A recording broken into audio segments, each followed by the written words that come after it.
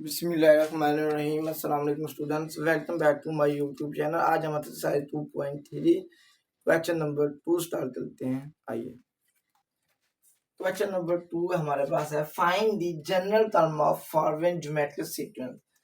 General terms means होता है आपने उसकी एन टर्म्स फाइंड करनी है। जनरल टर्म्स या nth टर्म जो होती है तो इट्स मींस आपने एन फाइंड करना होता है। एन हमने फाइंड करना है। A1 जो फर्स्ट A1 क्या होता है, A1 हमारे पास ये 1 है। R मींस कॉमन रेशियो होती है। ये हम कैसे निकालते हैं, इस 4 में से 1 हम 4 तो ऊपर रखते हैं, 1 पर डिवाइड करें तो ये हमारे पास कॉमन रेशियो हो जाती है। तो हमारे पास जो मैट्रिक सीक्वेंस का फार्मूला होता है AN is equal to A1 R की पावर n-1। अब हमें an फाइंड करने के लिए A1 तभी पता होना चाहिए और R तभी पता होना चाहिए। A1 means first term, first term हमारे पास 1 है। R means common ratio. Common ratio कैसे निकालते हैं, सेकंड टर्म तो ऊपर रखते हैं, फर्स्ट टर्म पर डिवाइड करते हैं, वो हमने निकाल लिया 4। अब ये वैल्यू इस इक्वेशन में पुट करें, हमारे पास an वैसे लिख लेना है, an इज इक्वल टू है A1 R की पावर n-1। an आपने फाइंड करना है। A1 हमारा मींस फर्स्ट टर्म हमारे पास 1 है। R मींस कॉमन रेशियो हमारे पास 4 है, इसकी पावर n-1 है। तो an इज 1 तो किसी भी नंबर से मल्टीप्लाई किया तो वही आंसर आता है। तो ये हमारे पास बना 1 इंटू 4 की पावर n-1। तो यही आपके पास ज्योमेट्रिक सीक्वेंस की जनरल टर्म या nth टर्म ये बन जाती है। इसी तरह नेक्स्ट क्वेश्चन है, फाइंड द जनरल टर्म। इसमें भी जनरल टर्म फाइंड करनी है। जनरल टर्म का फार्मूला होता है an is equal to A1 R की पावर n-1। इस an फाइंड करने के लिए हमें a का भी पता होना चाहिए और r मींस कॉमन डिफरेंस का भी पता होना जरूरी है। तो A1 क्या होता है, फर्स्ट टर्म होती है, तो फर्स्ट टर्म हमारे पास है 200। R mean common ratio. Common ratio कैसे निकालते हैं, आपने 100 तो ऊपर रखना है, 200 पर आपने डिवाइड करना है, यानी सेकंड टर्म जो है इसे आप ऊपर रखते हैं, जो फर्स्ट टर्म होती है उस पर डिवाइड करते हैं। 2 से कैंसिल, कॉमन रेशियो हमारे पास आ जाती है 1/2। हमारे पास n टर्म का फार्मूला है an is equal to A1 R की पावर n-1। an हमने फाइंड करना है। A1 मींस फर्स्ट टर्म हमारे पास 200 है। R मींस कॉमन रेशियो है, कॉमन रेशियो 1/2 इसकी पावर n-1। लिहाजा जो nth टर्म हमारे पास आती है an इज इक्वल टू 200 1/2 की पावर n-1। ये हमारे पास ज्योमेट्रिक सीक्वेंस की nth टर्म आ जाती है।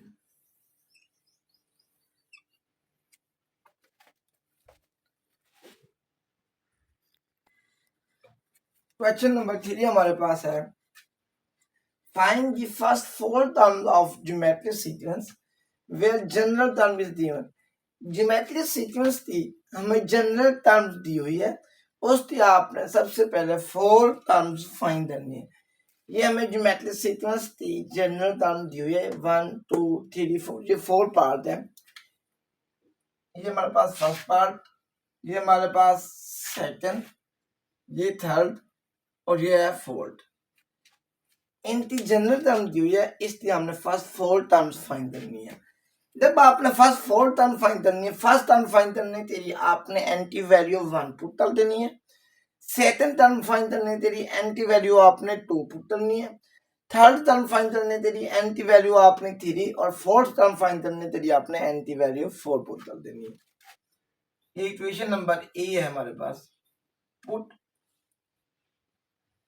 n is equal to 1। जब आपने n की वैल्यू इस इक्वेशन में 1 पुट करनी है तो हमारे पास फर्स्ट टर्म आ जाएगी। जहां पर भी n आना वहां पर आपने ये 1 लिखना है। यहाँ पर n था, यहाँ पर मैंने 1 लिख लिया। 3 मल्टीप्लाई 2, यहाँ पर भी n है तो यहाँ पर भी 1 माइनस 1। ये हमारे पास बना a1 is equal to 3 multiply 1 minus 1 0। a1 is equal to 2 की पावर 0, किसी भी नंबर की पावर 0 हो उसका आंसर 1 आता। 2 की पावर 0 1, 1 तो 3 से मल्टीप्लाई किया तो 3 आ जाता। लिहाजा जो हमारे पास फर्स्ट टर्म आती है वो आ जाती है 3। ये हमारे पास फर्स्ट टर्म आ जाती है 3। 2 की पावर 0 1, 1 तो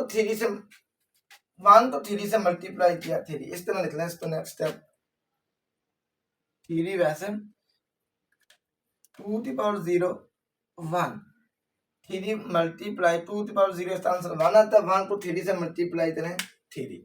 ये हमारे पास फर्स्ट टर्म आ जाती है। अब आपने सेकंड टर्म फाइंड करने के लिए पुट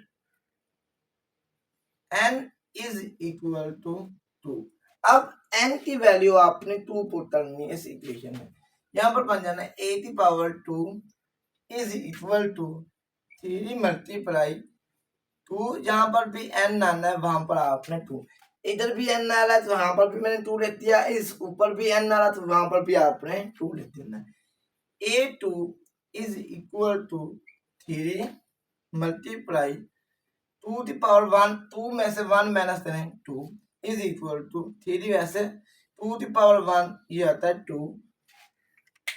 इन दोनों को मल्टीप्लाई करें तो a2 आपके पास आ जाता है। 3 को 2 से मल्टीप्लाई करें तो 6 आ जाता है। लिहाजा जो सेकंड टर्म हमारे पास है वो आ जाती है 6। ये हमारे पास सेकंड टर्म आ जाती है। अब इसी तरह थर्ड टर्म फाइंड करने के लिए put n is equal to 3। n की वैल्यू आपने इस इक्वेशन में 3 पुट कर देनी है। a3 इज इक्वल टू, जहां पर भी n आना वहां पर आपने 3 लिखना है। 3 मल्टीप्लाई 2, यहां पर भी n आना तो यहां पर भी लिखते हैं 3 minus 1। a3 is equal to 3 वैसे 2 वैसे 3 में से 1 माइनस किया तो 2 आ जाता है।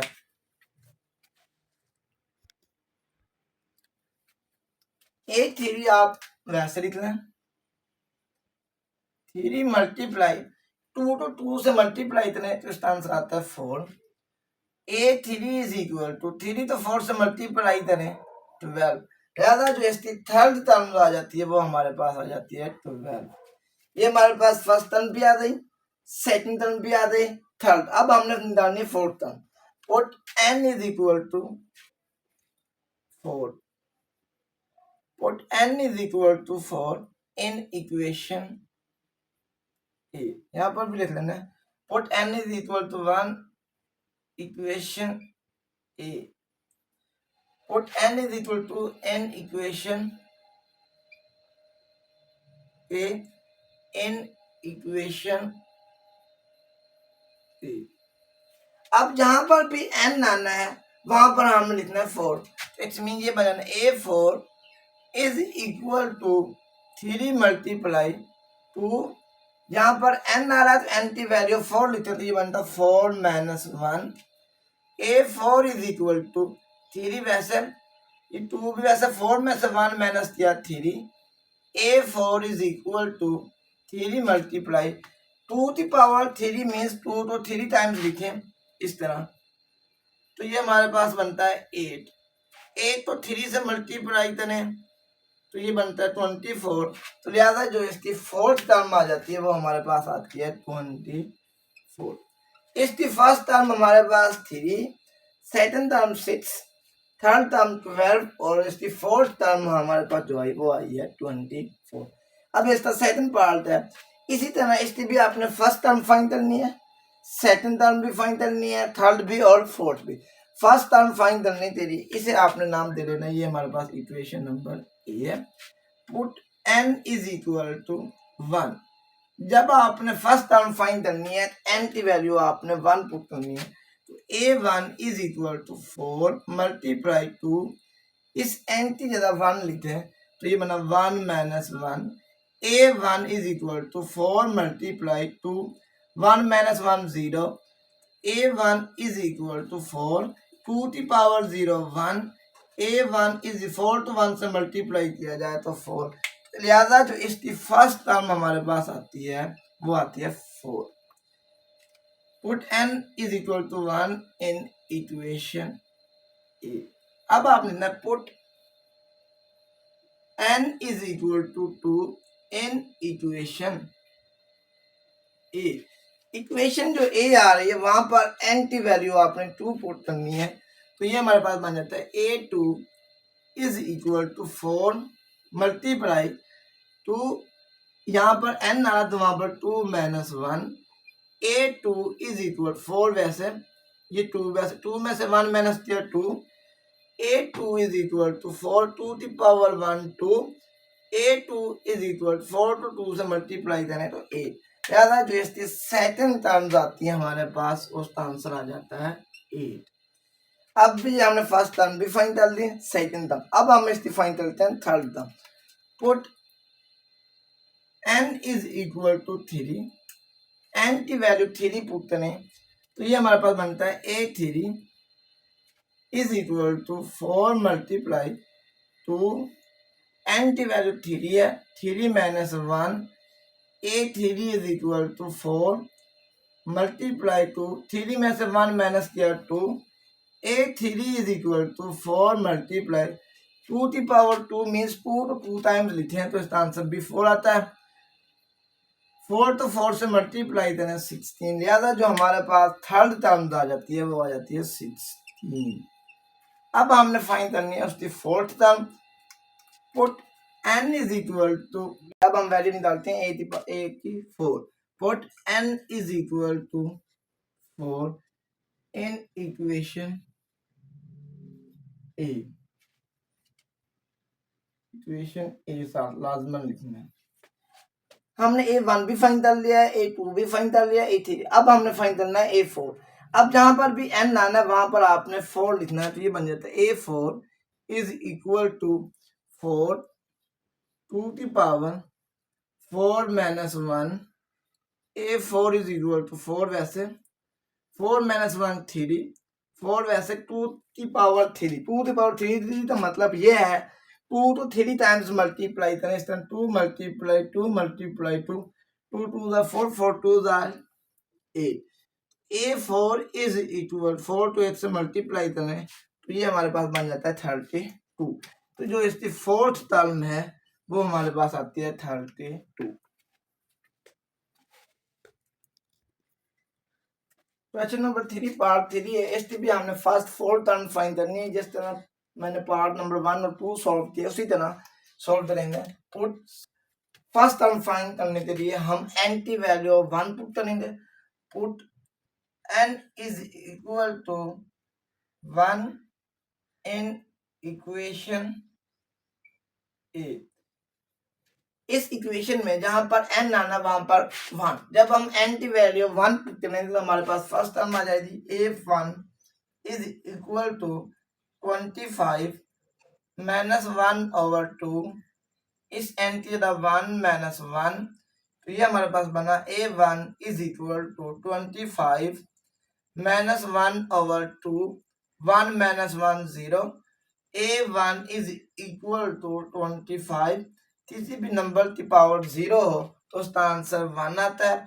तो A1 इज इक्वल 25 तो 1 से मल्टीप्लाई किया 25, लिहाजा जो इसकी फर्स्ट टर्म आती है उसका आंसर आता है A1 इज इक्वल टू 25। जो फर्स्ट टर्म है उसका आंसर हमारे पास आ जाता है A1 इज इक्वल टू 25। अब हम सेकंड टर्म फाइंड करते हैं। सेकंड टर्म फाइंड करने के लिए put n is equal to 2 in equation A.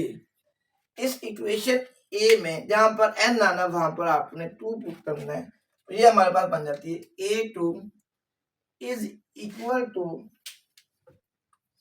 25 minus 1 over 2, n की value 2 minus 1, a2 is equal 25 वैसे माइनस 1/2, 2 में से 1 डाले 1, तो ये हमारे पास बना a2 is equal 25 minus 1/2, minus 1/2 तो 25 से मल्टीप्लाई करें तो इसका आंसर हमारे पास आ जाता है a2 इज इक्वल टू -25/2।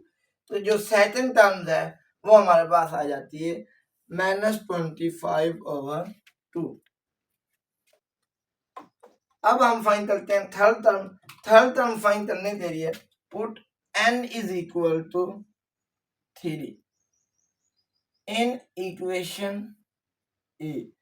जब आपने थर्ड टर्म फाइंड करनी है n की वैल्यू 3 इस इक्वेशन में पुट कर देनी है तो a3 is equal to 25 minus 1/2, 3 minus 1, a3 is equal to 25 minus 1/2, 3 में से 1 माइनस करें 2, a3 is equal to 25 minus 1/2, minus 1/2 की पावर 2 है, इट्स मीन्स माइनस 1/2, तो आपने 2 टाइम्स लिखना है।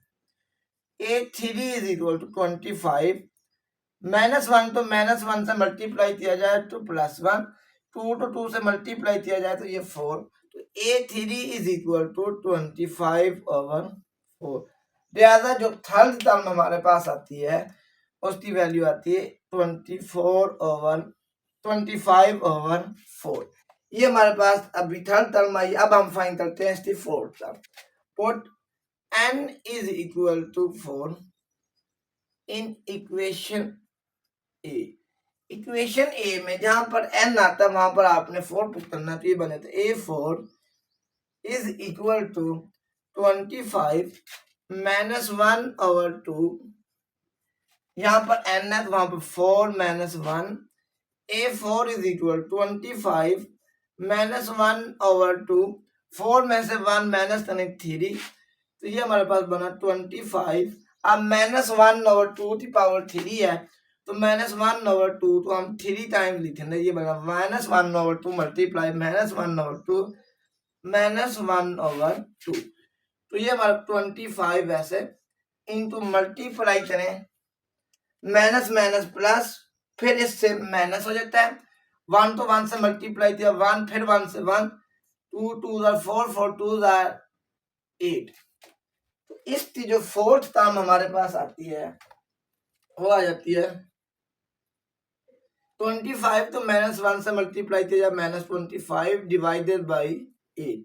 लिहाजा इसकी जो फोर्थ टर्म है वो है -25/8, -25/8। आइए अब इस तरह हम थर्ड पार्ट सॉल्व करते हैं। बेसिकली ये भी सेम इसी तरह है, लेकिन फिर भी मैं सॉल्व करवा देता हूँ। Put n is equal to 1, पहले n की वैल्यू 1 पुट करें।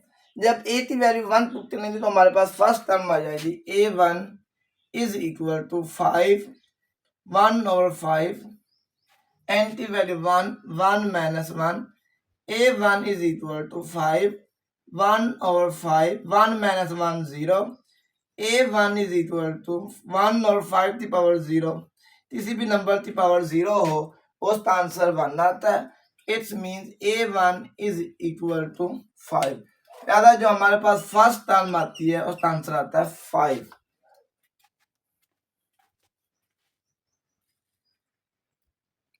जब आपने सेकंड टर्म फाइंड करनी है put n is equal to 2। Second term find करने के लिए n की वैल्यू हम 2 पुट करेंगे, ये बनेगा a2 equal to 5 1/5, n at n की 2 minus 1, a2 is equal to 5/1/2 में से 1 डाला 1, तो ये बना a2 is equal to 5 into 1/5,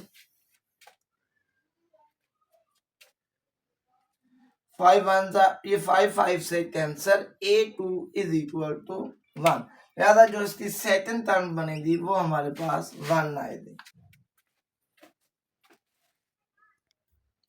अब हम इसकी थर्ड टर्म फाइंड करते हैं। थर्ड टर्म फाइंड करने के लिए put n is equal to 3 in equation A. जो इक्वेशन ए आ रही है इसमें n की वैल्यू आपने 3 पुट करनी है, तो ये हमारे पास बना a3 is equal to 5/1/5, n की value 3 minus 1, a3 is equal to 5/1/5, 3 में से 1 माइनस किया 2, a3 इज इक्वल टू 5, 1/5 की पावर 2 है, इट्स मींस 1/5 को आपने 2 टाइम्स लिखना है। a3 इज इक्वल टू 8 से कैंसिल हो जाएगा, हमारे पास क्या आंसर बचा 1/5। लिहाजा जो इसकी थर्ड टर्म आती है वो आती है 1/5। अब हमने फाइंड करनी है इसकी fourth term. Put n is equal to 4, put n is equal to 4, जहां पर भी n आएगा वहां पर हम 4 पुट करेंगे। a4 is equal to 5 in